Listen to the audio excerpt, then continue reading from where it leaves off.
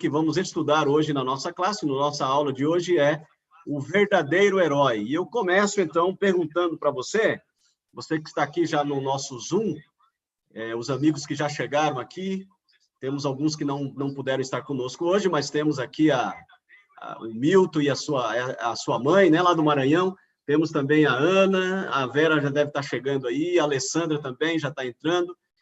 O pessoal que sempre está conosco nessa classe especial, um verdadeiro Apocalipse Revelação de Esperança, Revelações de Esperança, e hoje o nosso estudo será o verdadeiro herói. E eu quero começar, então, perguntando para você, se você quiser falar e se você puder falar, eu quero perguntar para você o seguinte, vamos liberar aqui os microfones, para quem quiser falar, fala para nós aí, para você, não vale falar que é Jesus, tá?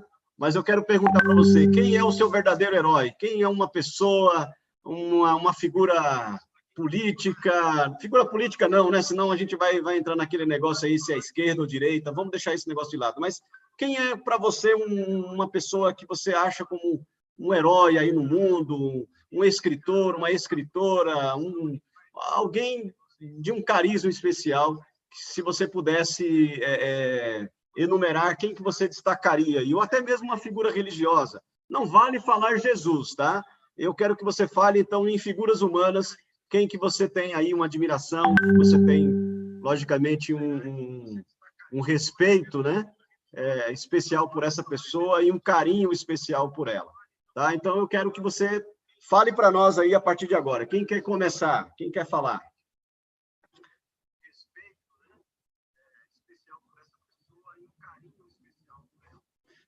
Oi, Vera, boa noite. Que bom que você já está conosco aqui. Alô? Vamos começar, então. Boa noite, tudo bem? Quem é que quer falar? Para você, quem é o verdadeiro herói para você, para a sua vida? Amém. Quem que você destaca aí?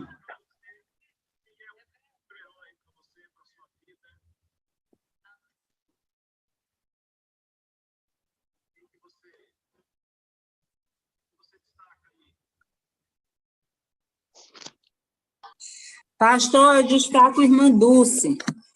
Olha só, uma figura religiosa, né? Uma pessoa realmente importante. Por que você acha que ela é, de fato, alguém importante? É uma verdadeira, no caso dela, uma heroína para você? Para mim, ela é uma heroína devido à fragilidade que ela era, humanamente falando, né? Magra, frágil, mas que lutou tanto em prol da vida de muitas pessoas e salvou muitas pessoas, né, de morrer de fome, dentre outros problemas.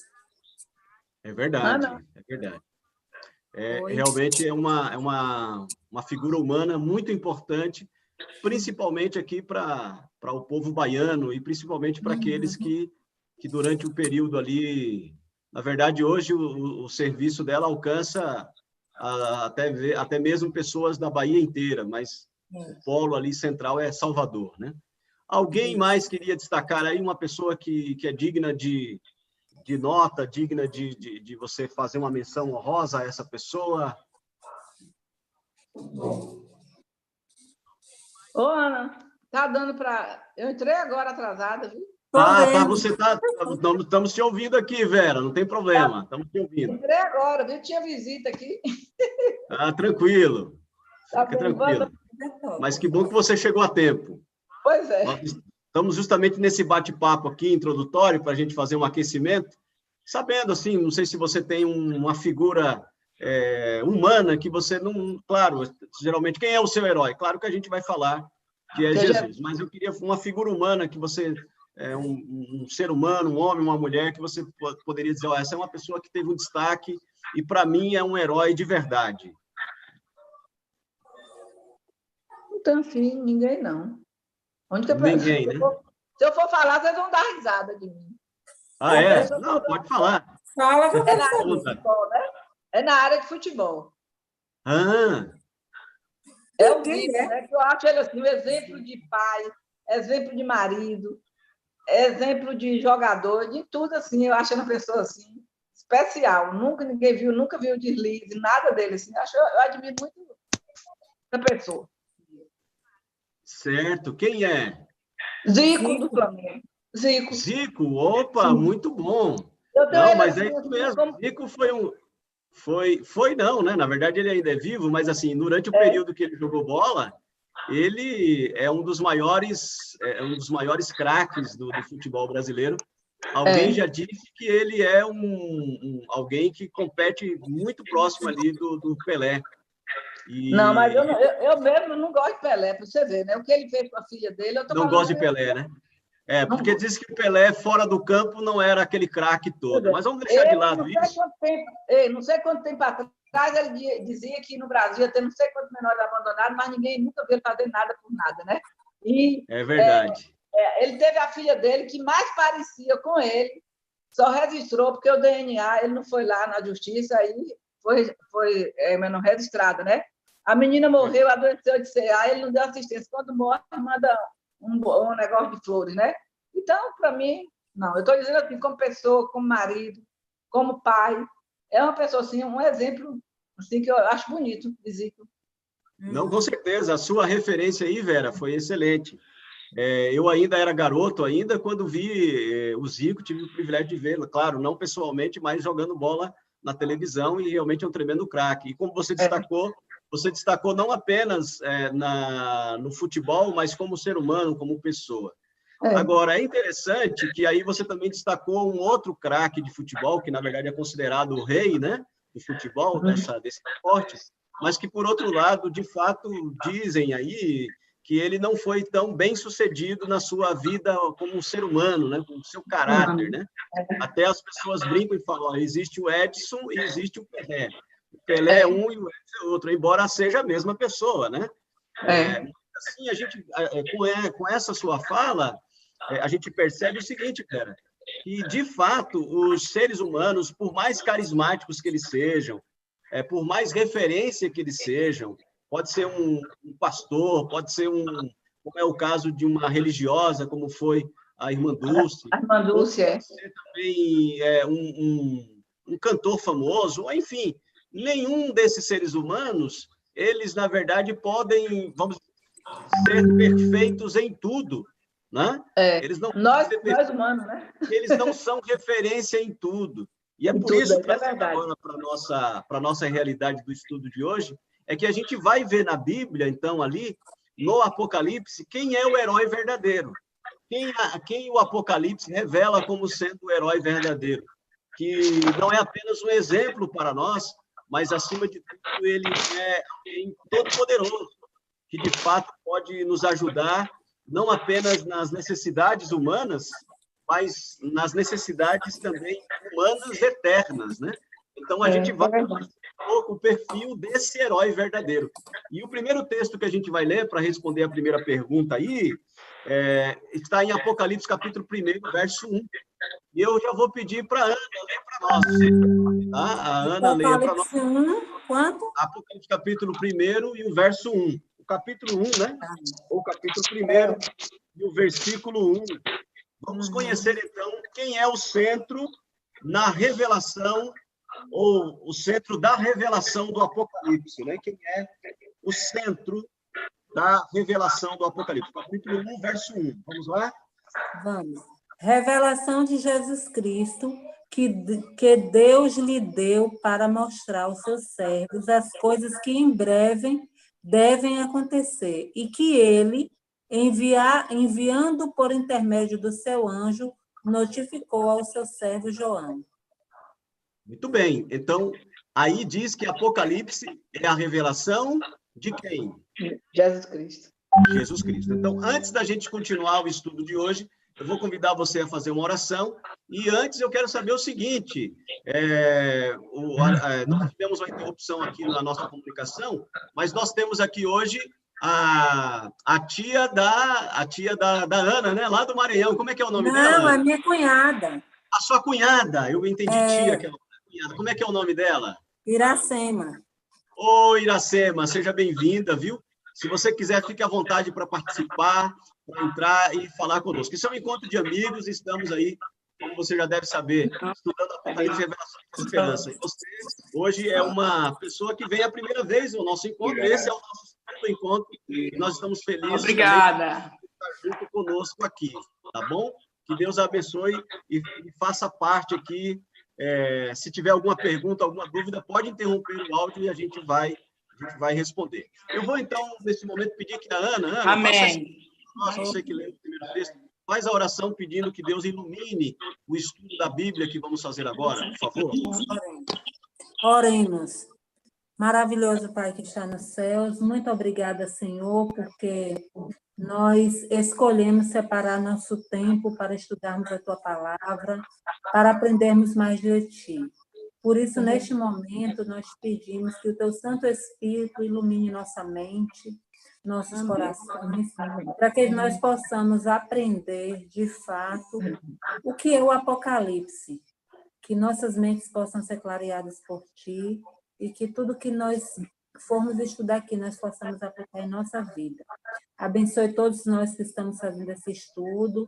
Abençoe a Alessandra também, apesar de não estar presente hoje, mas que tuas bênçãos possam alcançá-las. Permaneça conosco, em nome de Jesus. Amém. Amém. Muito bem. Para os amigos que estão acompanhando conosco aqui pelo Zoom, e para os amigos que também estão acompanhando conosco pelo YouTube, tá? Eu vou, então, agora dizer para vocês que todas as noites, após o nosso estudo, eu vou encaminhar para você a lição em PDF, para que essa lição você tenha e você possa responder.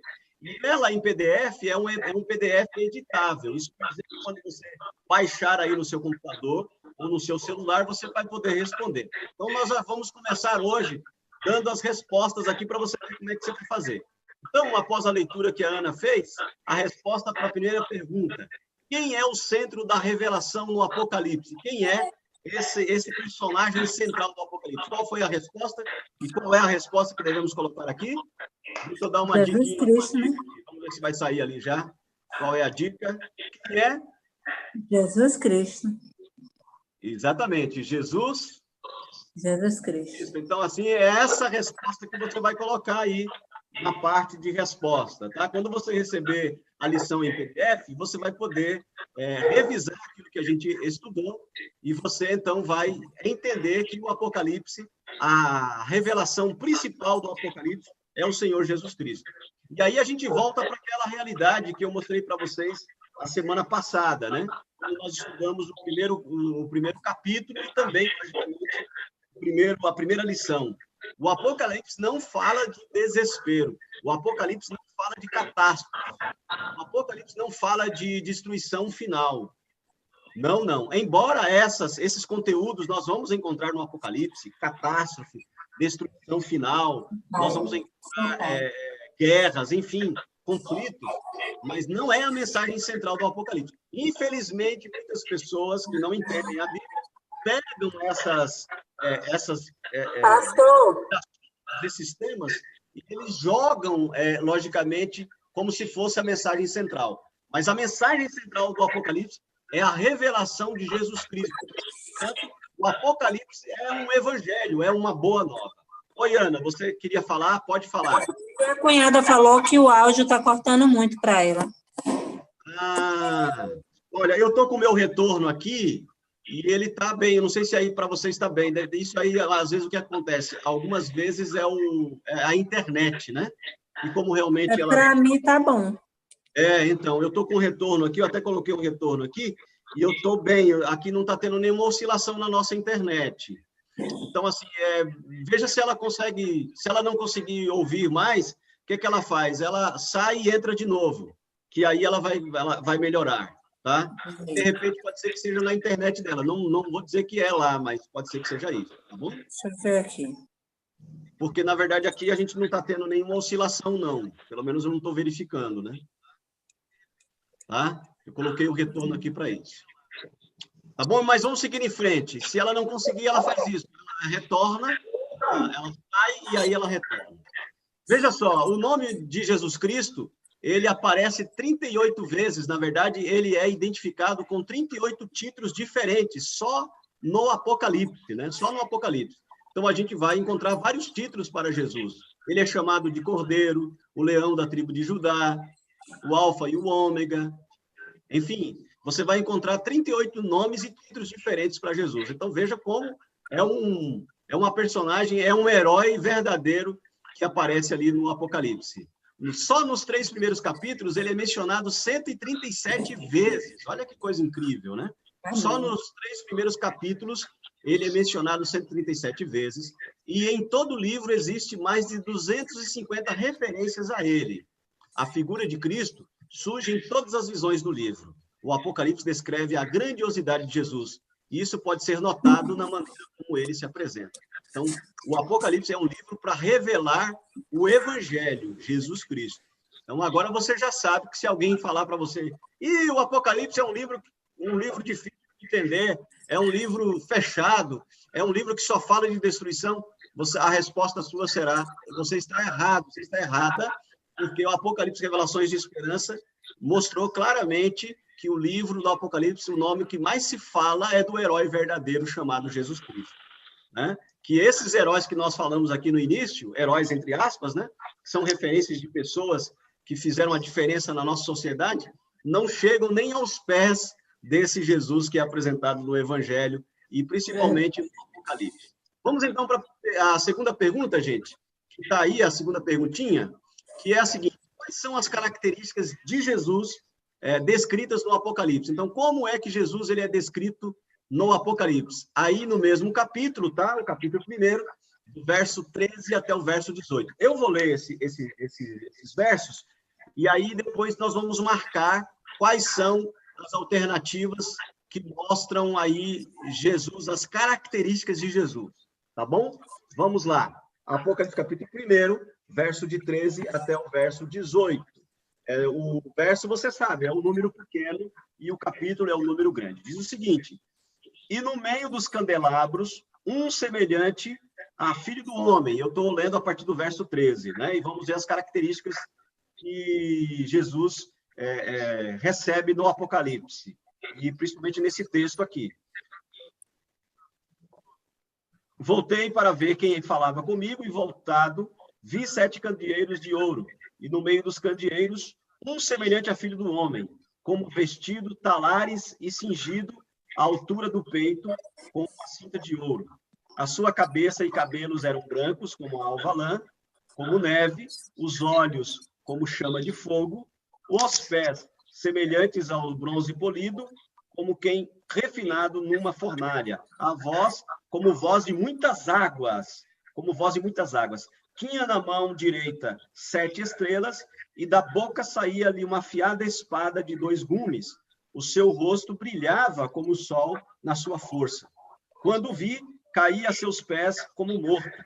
Porém, ele pôs sobre minha mão direita, dizendo: não temas, eu sou o primeiro e o último, e aquele que vive. Estive morto, mas eis que estou vivo pelos séculos dos séculos, e tenho as chaves da morte e do inferno. Veja, esses versos indicam aqui que não há dúvida, gente, de que são características que o Apocalipse está dando sobre a pessoa de Jesus, esse herói verdadeiro do Apocalipse. Então, agora nós vamos escolher quais são as alternativas corretas, as alternativas que estão aqui.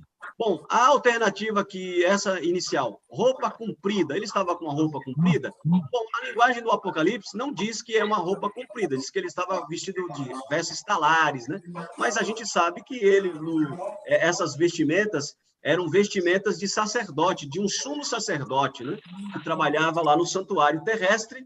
E a gente vai ainda estudar sobre o santuário, mas o sacerdote da Bíblia, ele usava vestes compridas, talares. Então, nós podemos dizer que sim.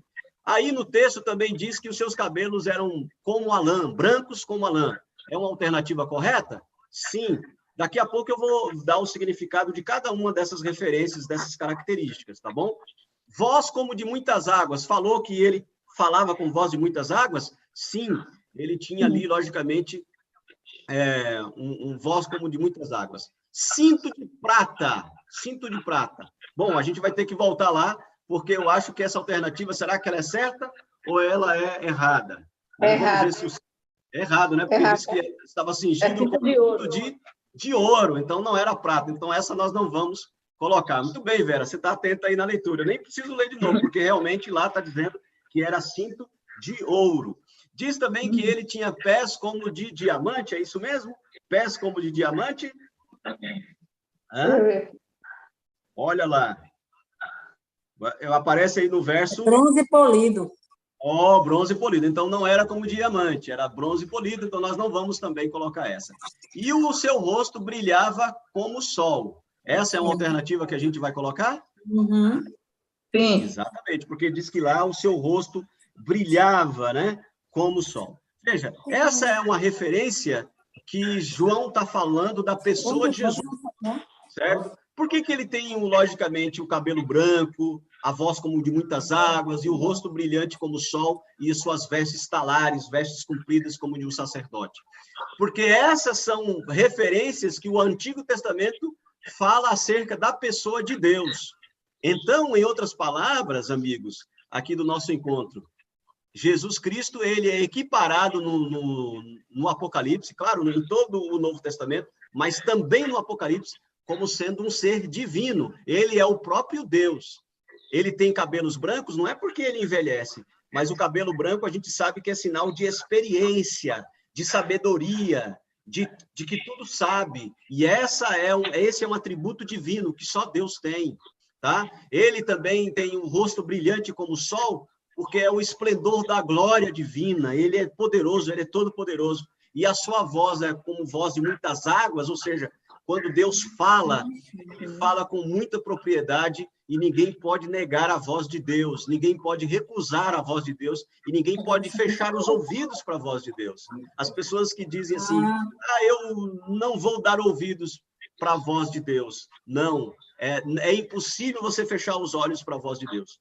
E é por isso que, nessa representação, nessa visão, João está se referindo a Jesus como uma pessoa divina. Aí é mais um indício de que, de fato, no Apocalipse, Jesus ele tem uma importância fundamental e essencial para todos nós.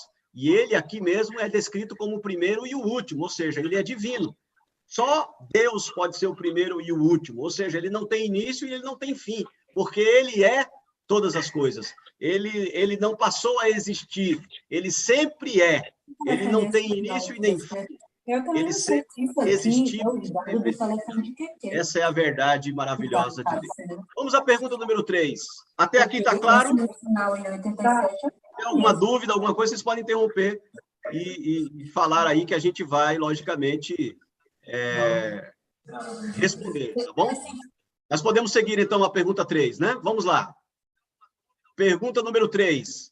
O que deixou o escritor do Apocalipse angustiado? Ou seja, o que fez João ficar angustiado? Vamos lá, Apocalipse capítulo 5, de 1 a 4. E eu vou pedir, então, que esse texto, que a Vera possa ler para nós, Vera, nesse ciclo de leitura, se você pode ler para nós aí, capítulo 5, de 1 a 4.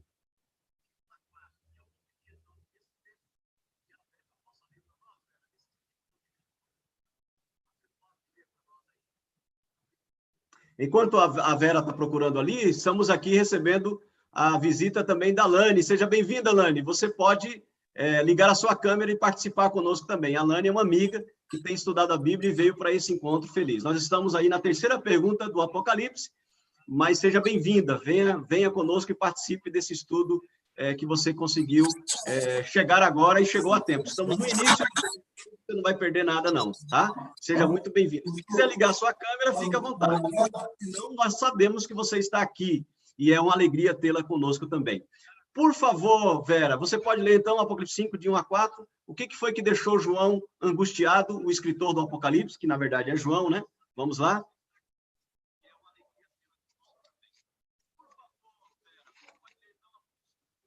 Deixa eu só ligar o teu microfone, Vera, para você poder a sua voz sair aqui. Vamos lá, então.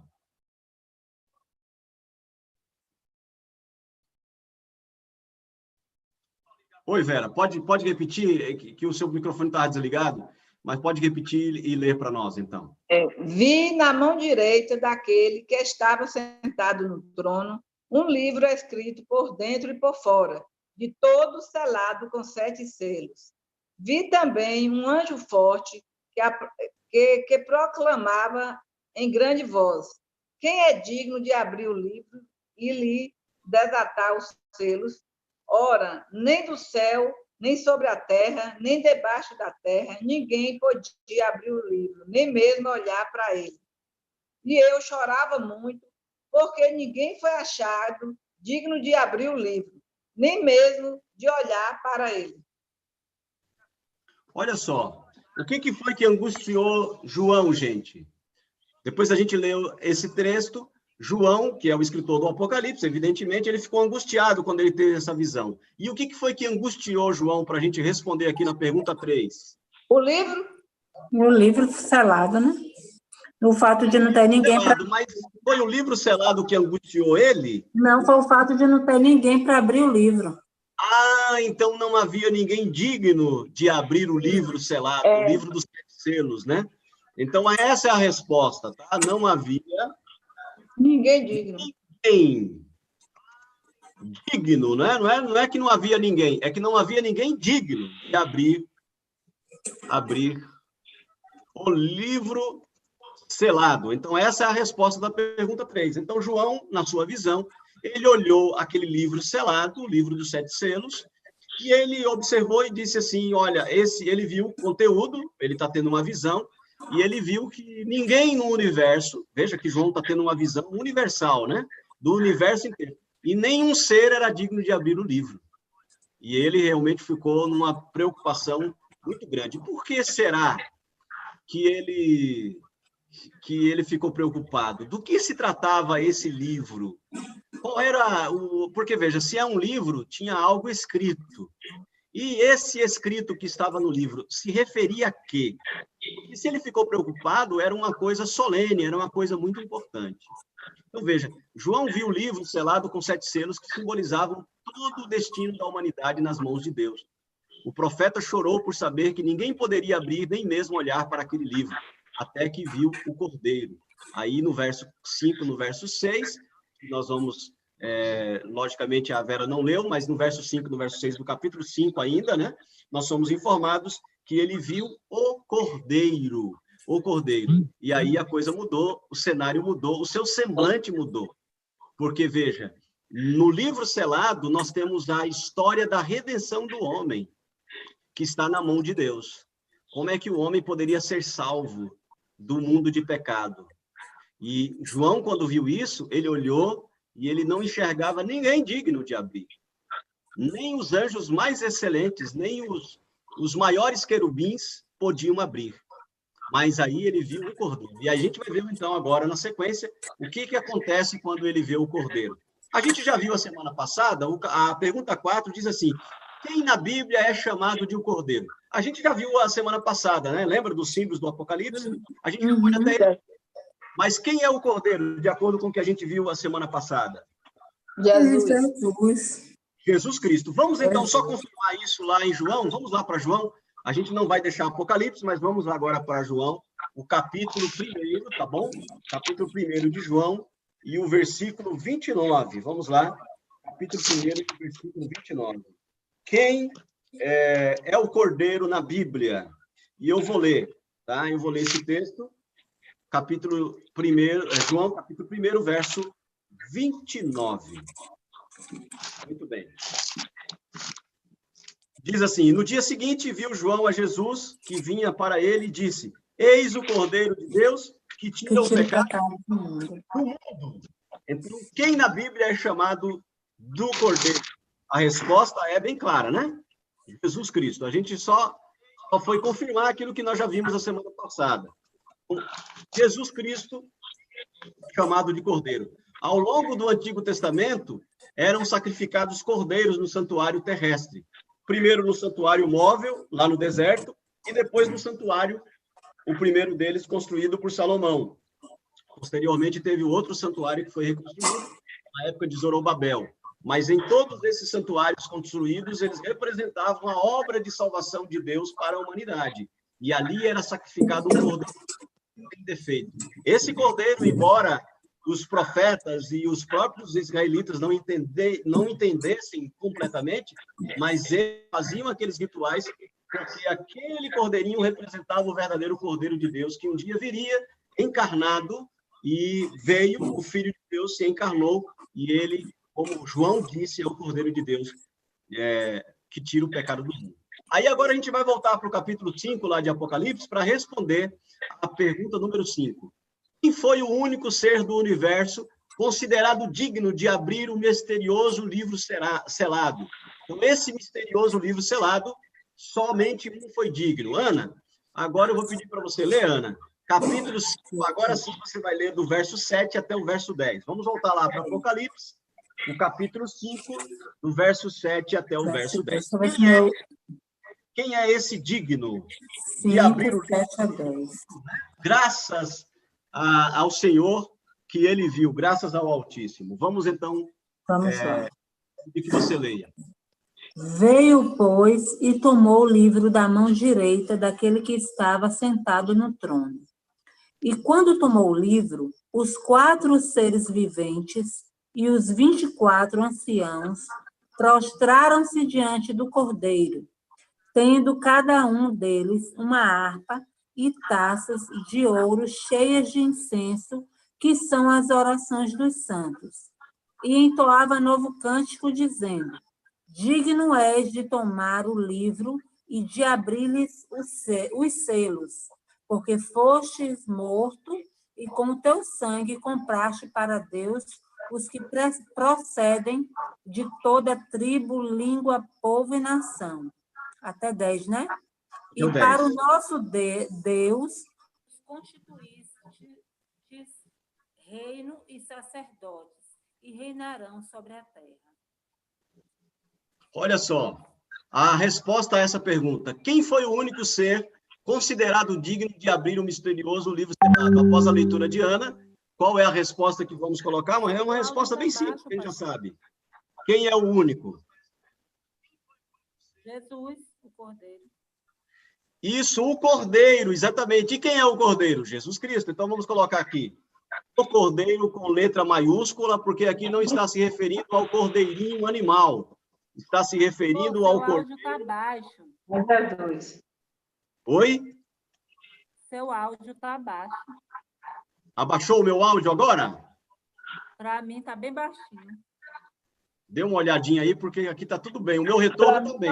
Eu abaixei ele demais para não atrapalhar vocês. Dê uma olhadinha no teu volume aí. Que às vezes acontece, né? A gente passa a mão e tal, e ele pode ter abaixado ali. Mas olha só, o Cordeiro, gente. O Cordeiro é Jesus Cristo, ele foi o único digno de ser. E por que ele é o único digno de... Será que vocês conseguiram descobrir aí? Por que ele é o único digno? No verso 7 a 10 fala. Dele, né? Hã? Porque ele nos comprou com o sangue dele. Isso, porque ele morreu e a sua morte e ressurreição garantiram que ele é capaz de ter nas mãos a soberania do mundo. Por isso que Jesus Cristo, ele é revelado no Apocalipse como sendo o herói verdadeiro, porque foi ele que nos tirou da condenação da morte eterna. Nenhum ser, por mais excelente que fosse, no universo criado por Deus, poderia salvar a humanidade. O conteúdo, portanto, do livro dos 7 selos, gente, é a história humana, a história de pecado. Por isso que João ficou desesperado. Quando ele olhou para a história humana, ele disse: quem é que poderá resolver o problema da humanidade, né? Quem é que vai poder nos livrar da condenação eterna? Porque era uma coisa séria que João estava vendo ali. Só que quando ele olha para a história da redenção, ele vê o ser, o Cordeiro de Deus. Por isso que eu escrevi com letra maiúscula. O Cordeiro de Deus que tira o pecado do mundo. Somente Jesus Cristo. A ele toda honra e glória. Porque somente ele pode tirar o pecado do pecador e da humanidade. Nós não precisamos temer mais a morte, gente. Porque a morte em Jesus já morreu. Amém? A morte já morreu. Aí você pergunta: pastor, então como é que a morte ainda continua levando muitas pessoas? Só agora no Covid, aqui só no Brasil, foram mais de 30 mil pessoas que foram mortas por essa doença terrível, por esse vírus maldito, né? Olha, gente, Jesus, ao morrer na cruz, ele nos livrou da morte eterna. Mas, infelizmente, nós ainda não fomos libertos da presença da morte. Do poder da morte, nós já fomos libertos. Mas da presença da morte, ela ainda vem sobre nós. Só que agora, a morte, mesmo vindo sobre a minha vida e a sua vida, ela não tem poder mais para nos deter na sepultura para sempre. Porque assim como Jesus morreu e ressuscitou glorioso, essa é uma promessa para cada um dos seus filhos. Por isso que João mudou o semblante. Quando ele olhou para o Cordeiro e ele lembrou da história da redenção, do sacrifício de Jesus, ele registrou a fala dos seres ali, dos anjos, que entoavam, dizendo: digno és o Senhor, digno é o Cordeiro, porque foste morto, e com o teu sangue compraste todos os filhos de Deus. E aí nós temos a disposição da salvação eterna. Gente, a salvação que Cristo oferece, ela é tão real neste mundo em que estamos vivendo hoje, como esse ar que nós respiramos. Nós não enxergamos o ar, mas é impossível ficar sem respirar. E é essa a verdade que João está dizendo aqui. A partir de Jesus, e é isso que mostra o livro do Apocalipse, a partir de Jesus não há mais condenação para aqueles que confiam no Cordeiro. Que essa possa ser a sua decisão, que essa possa ser a nossa decisão. Participar do Apocalipse com ações de esperança. E eu acredito que a partir de hoje você vai tirar do teu coração esse medo que você tem do livro do Apocalipse, se é que você ainda tem, né? Porque ele é a boa nova em Cristo Jesus, o Cordeiro de Deus. Aquela condenação que João viu, o seu semblante mudou quando ele olhou para o Cordeiro. Vamos então agora para a pergunta número 6. Veja que eu não estou lendo todo o conteúdo de cada resposta, porque você vai receber a liçãozinha aí pelo WhatsApp e você vai poder ler com mais detalhes, tá bom? Vai poder conferir passagem por passagem para que você possa ver se o que eu estou falando realmente está na Bíblia, tá? É por isso que eu faço questão de enviar para você. Por que Jesus, pergunta número 6, por que Jesus teve que encarnar como ser humano? Aí agora a gente vai para Romanos. Não tire aí a sua mão de Apocalipse, né? Marque aí Apocalipse que a gente vai voltar, mas vamos agora para a Epístola de Paulo aos Romanos. Romanos, o capítulo 6. Romanos, capítulo 6. Por que foi necessário Jesus ter que se encarnar, ou seja, tornar-se homem, como ser humano? Por que foi necessário? O livro de Romanos tem a resposta. O capítulo é o capítulo 6 e o verso 23. Quem foi que fez a última leitura? Foi Ana, né? Uhum. Pode ser, então, a Vera. Deixa eu ver quem está mais aqui, para eu poder falar aqui, quem é que está mais conosco aqui. Aqui nós temos a Lani, temos a Vera. Aqueles que quiserem ler, participar, só liga a sua câmera que a gente vai habilitar o seu microfone e você vai poder ler, tá bom? Mas vamos lá, então, Vera. Quem é? Por que Romanos, Jesus... né? Romanos 6, 23. Porque o salário do pecado é a morte, mas o dom gratuito de Deus é a vida eterna em Cristo Jesus, nosso Senhor. Então, vamos responder completando, né? Essa daqui é de completar, fica bem fácil. Então, vamos lá. O texto que foi lido por Vera diz o seguinte: porque o salário do pecado é o quê? É a morte. A morte. Então, foi por isso que Jesus precisou se encarnar, né? Mas o dom gratuito de Deus é a vida eterna. Vida eterna. Em Cristo Jesus. Vida eterna, né? Em Cristo Jesus, nosso Senhor. Então, esse texto diz que Jesus precisou se encarnar para experimentar a segunda morte. Na cruz, Jesus voluntariamente se deu para morrer por todos os seres humanos. Há salvação suficiente para todo mundo. Embora nem todos são salvos, mas não é problema de Jesus, que ele quer salvar a todos. A Bíblia diz que ele não tem prazer na morte de ninguém, antes que todos se arrependam. Então, o pecado, ele é o salário, ele tem um salário que é a morte. A morte é o salário do pecado. Por isso que Jesus se encarnou. Então, se alguém algum dia falar assim para você, no mundo não teve nenhum ser humano que fosse vitorioso, você vai falar, olha, em Romanos, vamos encontrar um ser humano perfeito, que Paulo chama do segundo Adão, e aqui no capítulo 6 diz que foi por causa da morte desse ser humano perfeito, porque Jesus assumiu a forma humana 100%, não deixou de ser Deus, né? e isso é um mistério que a gente não consegue entender em toda a sua complexidade, mas ele morreu a segunda morte. A morte que Jesus morreu na cruz, queridos, não foi a morte salário do pecado como eu e você experimentamos. Porque essa morte que nós experimentamos agora é uma morte momentânea. Dela, nós podemos ser ressuscitados. Jesus, ele experimentou a morte, a segunda morte. Aquela morte que é para sempre.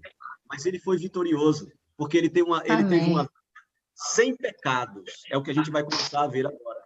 Ele foi o único ser humano que obedeceu à lei de Deus perfeitamente. E sabe o que foi que ele fez com essa obediência?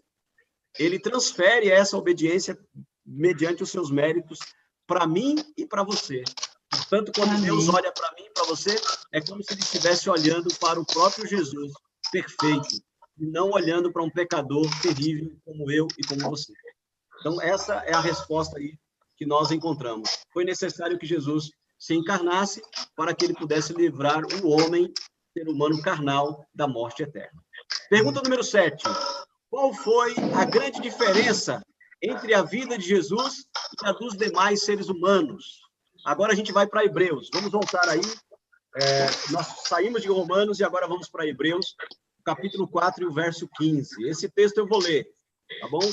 Hebreus, capítulo 4, verso 15, já quase no finalzinho lá do Novo Testamento. E o capítulo é o 4 e o versículo é o 15.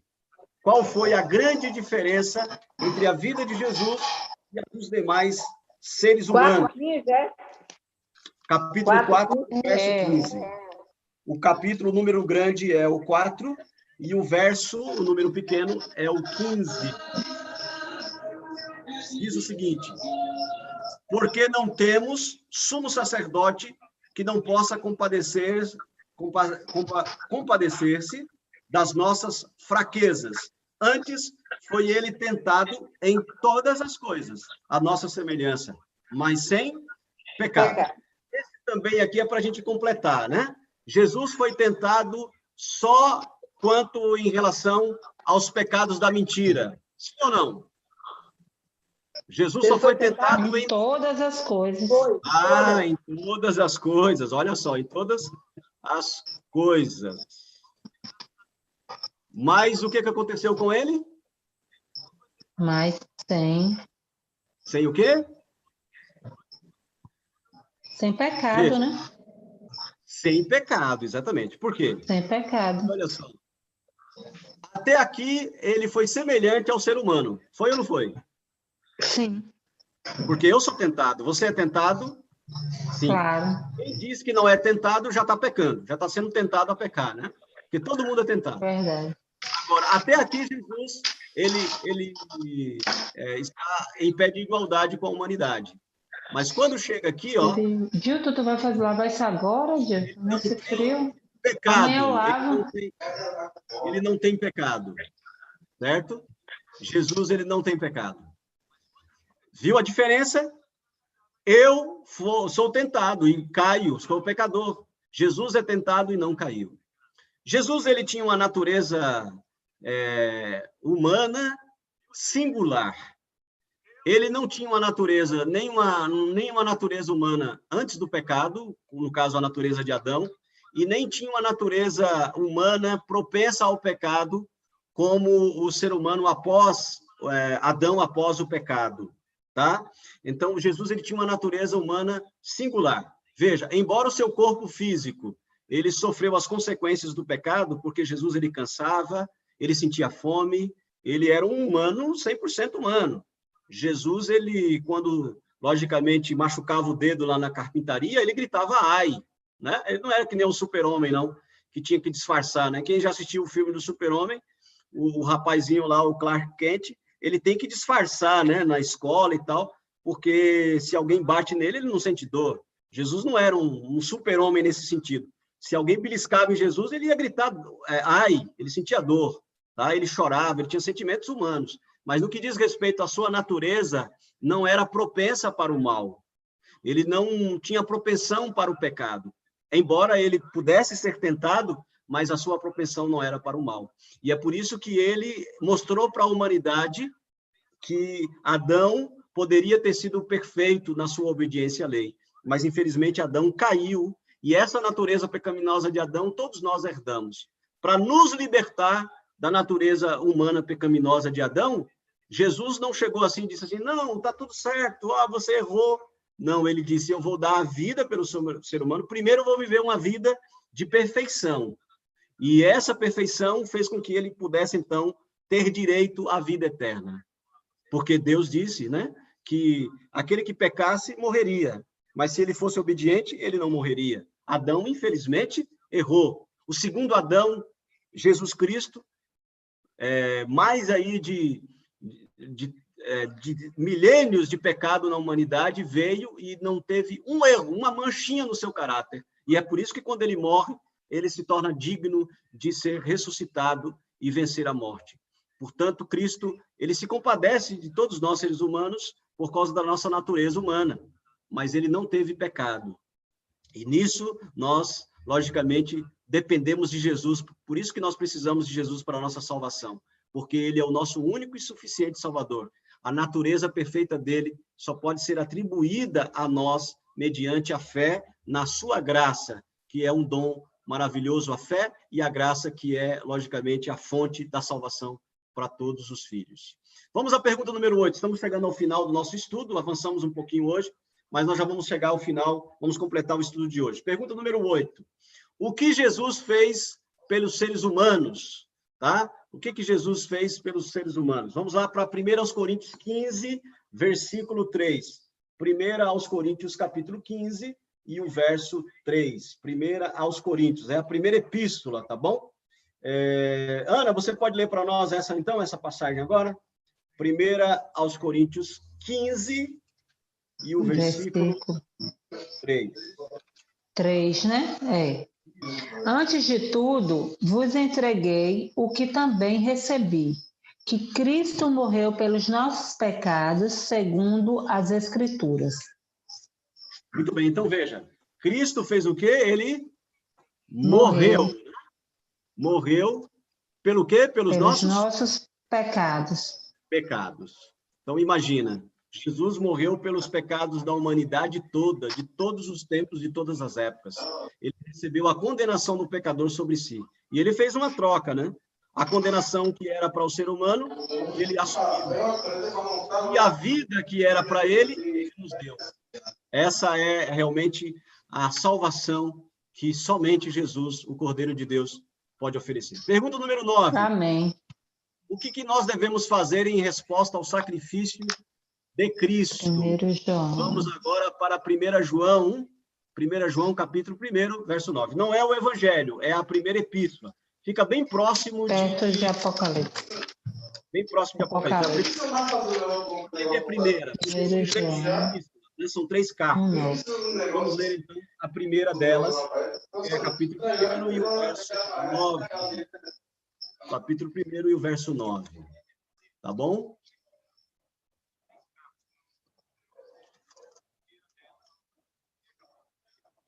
Eu vou ler, então, capítulo 1, verso 9, e aí a gente também vai completar essa linha aí da resposta.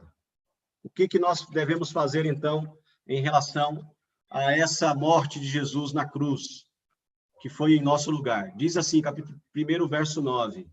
Pois aquele a quem essas coisas... Opa, perdão, eu estava lendo Pedro, tá? Mas eu já estou corrigindo aqui.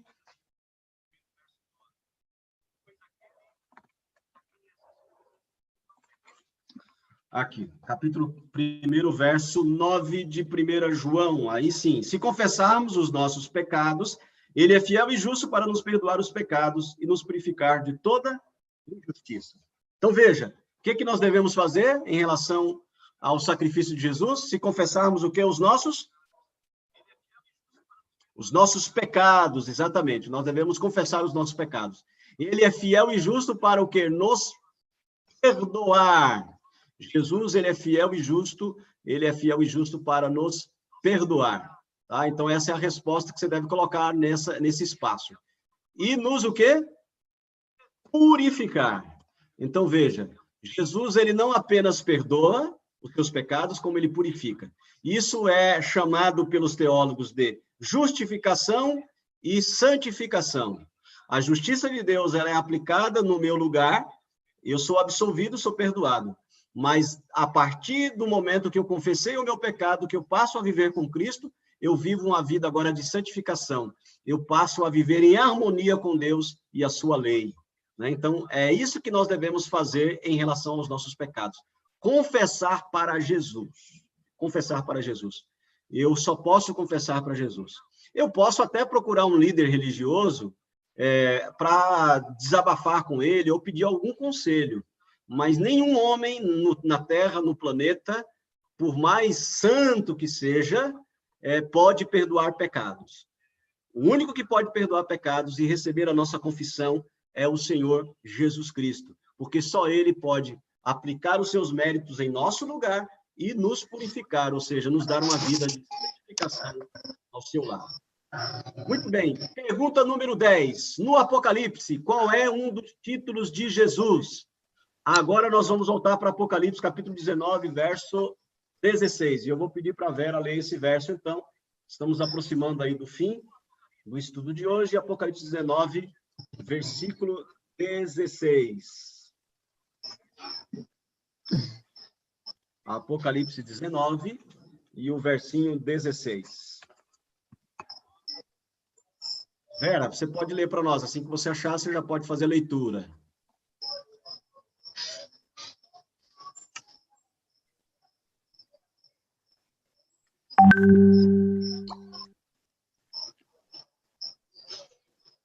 Pode ler. Tá mudo.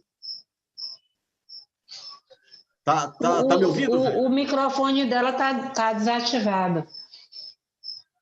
Para mim aqui está parecendo que está ativado. Para mim tá desativado o microfone. Agora sim.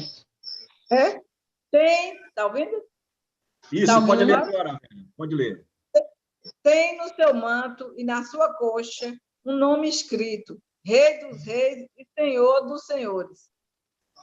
Muito bem, então, qual é um dos títulos aí? Lembra que no Apocalipse existem mais de 28 títulos para Jesus? Esse é um deles. Qual é o título que aparece aí para Jesus? Ele é o quê?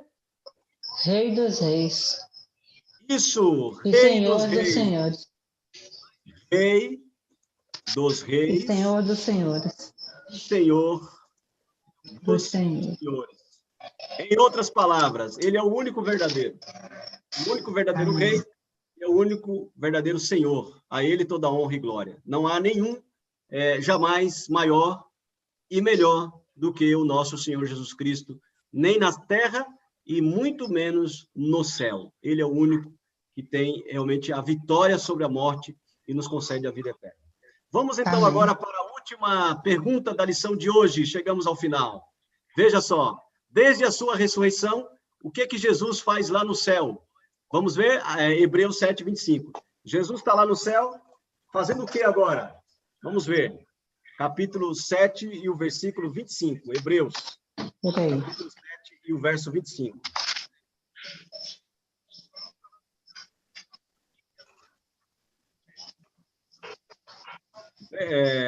Você pode ler, então, isso aí, Ana? Qual é? 7, É o quê? 7:25. Hebreus, Vera. Hebreus. É só voltar um pouquinho aí. Hebreus No 7, 25. capítulo 7, Isso. verso 25. Exatamente. Por isso, pode? Pode ler. Por isso, também pode salvar totalmente os que por ele se chegam a Deus, vivendo sempre para interceder por eles. Então, veja. O que é que Jesus está fazendo lá no céu? Hoje, eu não estou falando que ele fez, ele está falando hoje. As pessoas têm a ideia de que Jesus está lá no céu, num trono, olhando para cá com os braços cruzados, esperando para a primeira mancada que nós vamos dar, né? O que o Ari vai aprontar hoje? De manhã, o que ele vai fazer de errado hoje? Será que é isso que Jesus está fazendo lá no céu? O que ele está fazendo? O que é isso aí? Intercedendo. Isso. Desde a sua ressurreição, ele está intercedendo. por nós. Vocês sabem o que significa a palavra intercessão? Vou deixar a Vera falar, estou falando demais. Pode falar, Vera. O que para você, o que você entende como intercessão? E os amigos que estão aqui conosco também, qualquer um, fique à vontade, tá, gente? Você pode ligar a sua câmera e pode falar também. O que significa intercessão? Interceder, né? Porque a palavra intercedendo vem de intercessão. Toda hora o telefone está tocando aqui. Eu cortando.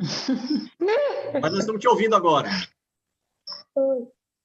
Interceder, eu acho que é... Oh, meu Deus, faltou. Peraí. A palavra. Tipo assim, que está pedindo por a gente, ó, querendo o bem da gente, pedindo só para coisas boas para a gente, não? Interceder. Olha só. Que coisa legal. É isso mesmo. Parabéns. Eu digo o seguinte, Jesus hoje, desde a sua ressurreição, ele está no lugar santíssimo agora, né? A gente vai entender isso aqui um pouquinho mais adiante, mas desde a sua ressurreição, ele está no santuário celestial, fazendo uma obra de intercessão. Isso quer dizer, Vera e amigos, que isso é muito bonito na Bíblia. A morte de Jesus não foi um evento na história apenas, não aconteceu só lá na cruz. Eu não estou dizendo que a morte de Jesus se repete todos os dias, não. Mas hoje Jesus, através da intercessão dele, ele aplica os méritos que ele conseguiu na cruz, como se fosse hoje o sacrifício dele para você e por mim. Ele faz isso todos os dias. Todos os dias. E a gente ainda vai aprender aqui nas revelações de Espírito que houve uma data bem próxima do nosso tempo, que ele entrou no santuário, no lugar santíssimo, para, além de continuar fazendo a intercessão, ele agora também está apagando o pecado de todo mundo que está registrado lá no céu. Amém. Nos livros de registro. Amém. Isso quer dizer que quando ele acabar essa obra de intercessão e de juízo, chamado juízo investigativo, ele vai voltar a essa terra. Claro que esse é um assunto para os nossos próximos encontros. Mas o que eu quero destacar hoje é que nós temos um intercessor. Alguém que intermedia por nós, alguém que diz assim, porque diante de Deus todos nós somos culpados. Então, quando chega o meu registro de vida lá diante de Deus, eu sou culpado. Eu não tenho defesa, ninguém pode me defender. Por isso que João diz, só Jesus o Cordeiro. E é isso que Jesus faz. Quando eu confesso o meu pecado, quando eu me arrependo, quando eu me entrego a Jesus, agora Jesus diz assim, olha, o meu sacrifício já foi dado. Houve uma confissão, um arrependimento por parte do pecador, por parte da Vera, por parte da Ana, por parte da Lani, por parte de todos aqueles que estão participando do Apocalipse e Revelações de Esperança. E esse, então, agora, ele é justo, é considerado justo por causa dos meus méritos. Ele é o nosso advogado. Veja, ele é juiz, mas, ao mesmo tempo, ele é advogado. Em nenhum tribunal do mundo, o juiz é advogado ao mesmo tempo. Mas hoje nós temos Jesus como nosso advogado e juiz. Isso quer dizer que a garantia da absolvição está certa. A única coisa que pode não dar certo, sabe o que é? A única coisa que pode dar errado é o ser humano não decidir e não querer receber essa salvação. Tá bom? Finalizamos aqui o estudo de hoje. Alguém tem alguma pergunta, alguma dúvida? Esse é o momento, né? De você perguntar, de você tirar sua dúvida. Sobre o assunto de hoje, alguém tem alguma dúvida, alguma pergunta? Tá claro? Claríssimo. Ok. Então, vamos, agora repetir esse compromisso. Vamos repetir o compromisso aqui, tá? Como a gente fez na semana passada, todos os dias a gente vai repetir. Você entendeu que Jesus é o principal personagem do Apocalipse e que ele é o Senhor Jesus Cristo? Você entendeu isso? Amém. Sim. Entendeu? Diga sim. Sim. Agora vem o seu compromisso. Após você entender isso, você se compromete em conhecê-lo melhor e permitir que ele seja também o centro da sua vida? Sim. Muito bem. Então, aqui eu vou colocar, no caso, eu vou colocar o meu nome aqui, né? E vou colocar a data de hoje, apenas aqui como um exemplo, né, de como você vai fazer quando você receber a lição em PDF, que eu vou mandar ainda hoje para você, tá? E nós estamos no ano de 2020, tá? Que Deus possa abençoar a Vera, que Deus Amém. possa abençoar você, que Deus possa abençoar você, Ana, que Deus possa abençoar todos os amigos que estiveram conosco e que estão acompanhando aí pelo YouTube, que Deus possa abençoar. E ainda hoje você vai receber essa liçãozinha para que você possa respondê-la, tá? Eu não vou mandar respondido, que eu quero que você faça, eu vou mandar o PDF para que você possa responder. Aqui foi a PDF, e você, então, vai poder responder. E a semana que vem, 6h30, não esqueça, a gente volta aqui para o estudo número 3. E o estudo da semana será as 7 igrejas do Apocalipse. A gente vai entender sobre o significado das 7 igrejas. Quem são as 7 igrejas e o que essas 7 igrejas elas indicam para nós, tá? Então, esse será o estudo no próximo estudo. As 7 cartas e as 7 igrejas do Apocalipse, o estudo número 3. Semana que vem eu espero você aqui. Vamos fechar os olhos e encerrar com uma oração, com uma prece. Querido Deus e Pai, muito obrigado, Senhor, pela alegria do Evangelho e da salvação em Cristo Jesus. Obrigado por esse estudo de hoje, onde encontramos o personagem, o verdadeiro herói do Apocalipse, que é o Cordeiro de Deus, o Senhor, o Rei dos Reis, o Senhor dos Senhores, o Cordeiro de Deus, que tira o pecado do mundo, o Senhor Jesus Cristo. Amém. A nossa vida, nosso pecado, pedindo perdão sobre os nossos pecados, absolvição mediante o teu sangue, os teus méritos, para que possamos viver uma vida purificados pela santificação que o Senhor pode realizar em nós. Nos dê graça, nos dê sabedoria e fé, é o que pedimos e agradecemos em nome de Jesus. Amém. Amém. Amém. Muito bem, gente. Que Deus Até abençoe. quinta. Muito obrigado. Amém. Até quinta. Eu vejo vocês aqui.